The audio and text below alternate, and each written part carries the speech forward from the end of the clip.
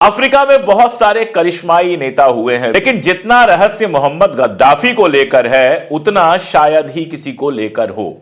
उसको एक brother leader यानी भाई नेता के रूप में जाना जाता था और गद्दाफी ने 1969 में एक तख्ता पलट किया था, एक रिवॉल्यूशन किया था जिसमें एक बूंद भी खून नहीं गिरा था। और 1969 से लेकर 2011 यानी 2011 तक उसने नॉर्थ अफ्रीका के लीबिया नाम के देश पर नेतृत्व किया।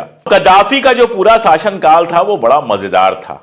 एक तरफ ऐसे लोग थे जो उनको सपोर्ट करते थे, जो उनकी बहुत इज्जत करते थे, बहुत तारीफ करते थे। दूसरी तरफ ऐसे लोग थे जो उनसे नफरत करते थे, जो लोग उनको बिल्कुल भी पसंद नहीं करते थे। शानदार कपड़े, शानदार चश्मे और इकलौता नेता जिसके जो अंगरक्षक थे, सिक्योरिटी थी, उसमें महिलाएं होती थीं।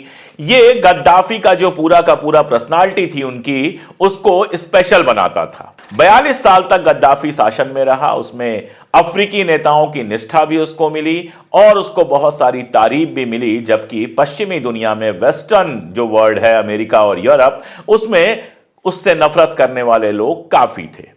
एक तरफ वो क्रांतिकारी था और दूरदर्शी था, मतलब आगे की देखने वाला। दूसरी तरफ वो तानाशाह था और आतंक का समर्थक था।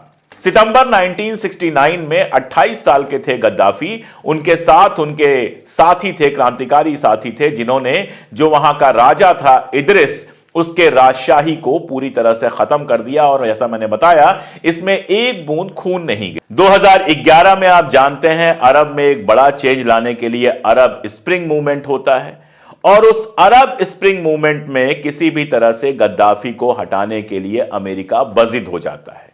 हालांकि मिसेस क्लिंटन कुछ समय पहले ही लीबिया के जो राष्ट्रपति थे, गद्दाफी उनके बेटे से मिली थी और काफी सारा कहा जाता है कि उनको कहा था कि आपके साथ कुछ नहीं किया जाएगा। लेकिन गद्दाफी को खत्म करने के लिए बाकायदा नाटो की आर्मी भेजी गई। नाटो की आर्मी जब गई तो कहा गया, गद्दाफी से लोगों ने कहा कि आप मुल्क छोड़ के चले जाइए। और कई सारे मुल्क थे जहां पर वो छोड़कर जा सकता था, लेकिन गद्दाफी ने यह तय किया कि वो किसी भी हाल में अपना मुल्क छोड़ के नहीं जाएगा, चाहे भले वहीं मार दिया जाए, लेकिन जिंदा वो लीबिया में रहा है और लीबिया में ही मारा जाएगा। और वही हुआ। कई मुल्कों को मिलाकर बनी नाटो की आर्मी, जिसमें अमेरिका सबसे आगे था। उसने लीबिया के कुछ गद्दारों की मदद से गद्दाफी की हत्या कर दी और 20 अक्टूबर 2011 20 अक्टूबर 2011 को गद्दाफी खत्म हो गया।